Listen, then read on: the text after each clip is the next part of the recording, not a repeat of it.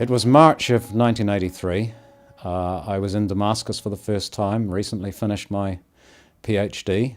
It was my second day in the city, and I was wandering around the central area with a map, looking for somewhere to sit down and have something to eat.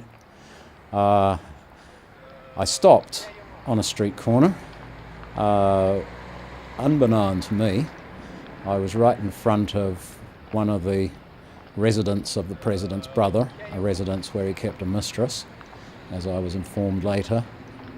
And I stopped there and got my map out and started looking at it. And that brought a soldier running straight at me. He had a rifle with a fixed bayonet. He shoved the fixed bayonet against my ribs.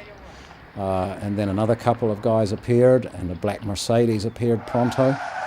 And I was shoved into the back of the black Mercedes and whisked off for about a 15-minute drive out to Meze. Now Meze is pretty well known in Syria, and even I knew what Meze was at that point. Meze was a place where they interrogated people and did unpleasant things to people, and still do. I was taken into a prefab building, sat down on a chair in front of a table. The people there started inspecting my passport. Obviously, New Zealander wasn't too much in their sights, so there was a bit of a debate as to where on earth I came from. And I was kept sitting there with people coming backwards and forwards, just simply sitting in the same position on the same chair for about 5 to 6 hours. And then an officer came in at the end and inspected my passport again, and then they had a little conference amongst themselves.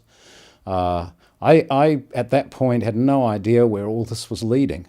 It was a bit of a scary situation because one knew that sometimes people spent quite a long time in this sort of situation and didn't have very nice experiences. But at that point, they decided to take me back to the Mercedes-Benz. I had no idea where we were heading.